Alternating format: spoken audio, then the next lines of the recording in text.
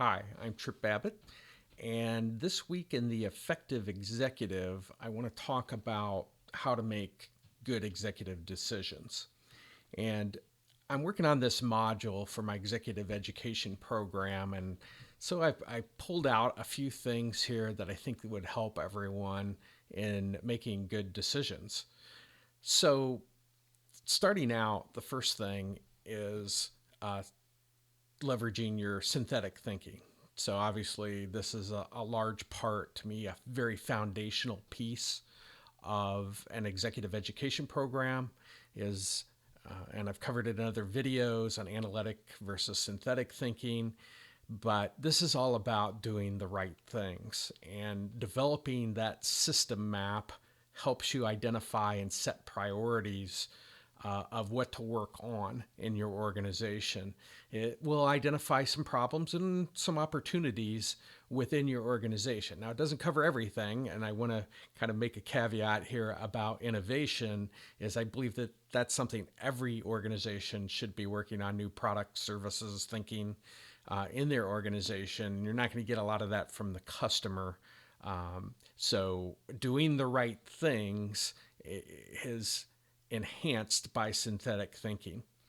And development of that system map helps you as an executive develop that synthetic part of our brain, looking at the whole system as opposed to breaking down the pieces with analytical thinking. The second thing is you don't want to copy another company. Now, there's some caveats to that too, but copying a competitor will almost always leave you behind. And if you understand anything about synthetic thinking, all systems are different and in a variety of ways. And I would say that if you are going to copy, make it better than the original that a competitor did, and you can do that through some of the other things we'll talk about in making good executive decisions. The third thing, have options that are more than just a binary choice. Typically, when I walk into organizations, what they have is I'm going to consider this decision, or I'm not. It's kind of I'm going to do this or I'm not going to do this. And one of the things that you want to do is you want to have lots of choices in things.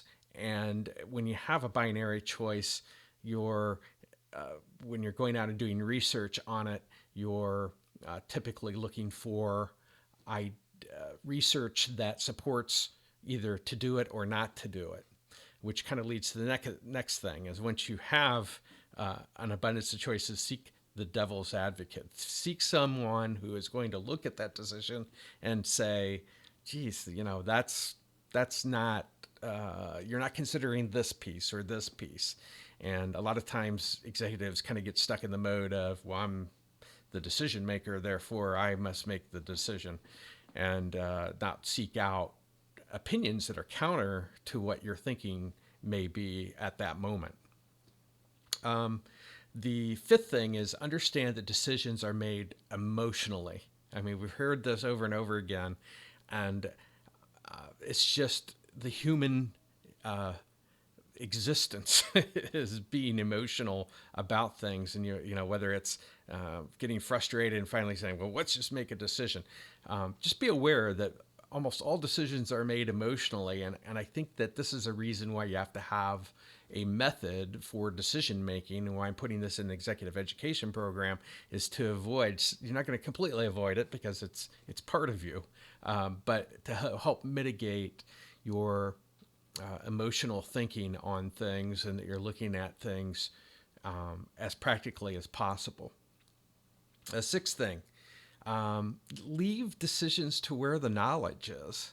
So oftentimes I'll see executives making these broad decisions without input from people who have the knowledge. And typically, or they make the mistake of assuming that the IT department knows better about customer interactions than the frontline people because they're paid more. Therefore, they must have the knowledge. Well, they don't. The people on the front line, if you're going to make decisions about their work, they should really be the ones making that decision and feeding you back information as in association with it. They know better than anyone else whether something's working or not working, or any of those types of things. So the seventh thing is don't wait for the perfect decision. Now, you said get a lot of choices. We're down. There is no such thing as a perfect decision. I see too many companies, too many organizations go out there and they make a decision, and we're going to go ahead and we're going to go down that path. And any criticisms of it or whatever are knocked out of the way. Those people are just not on board. Wrong. Those people are very on board and they want the company to be successful. So you've got to prepare yourself when you make a decision to prepare to scrap it or refine it.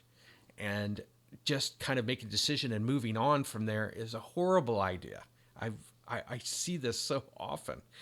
Executives have a tendency to make that decision, move on to something else, and not track what's going on with the previous decision. And meanwhile, you've got a whole group of employees that are seeing things fall apart and saying, well, that was not a very good decision.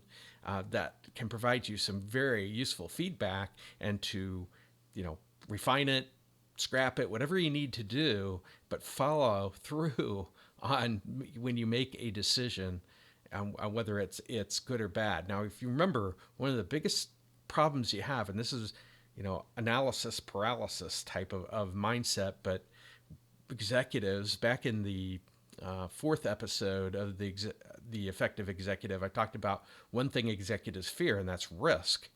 And so you can overdo things, and I think this is where you need to get to not getting to a perfect decision, but a place to start. Some place where you can say, okay, we're going to make a decision on this, but we're going to prepare ourselves to scrap or refine it. And that way, the risk factor kind of goes away a little bit. Now, one thing that can help this is this eighth thing, which is don't blow up your whole organization if you don't have to.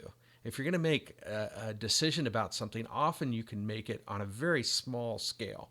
It can be made, only affecting a small group of customers. You can tell them exactly what you're doing. Get input back on it on those decisions. Now, sometimes you have to it's either do it or don't do it, based upon a number of different factors,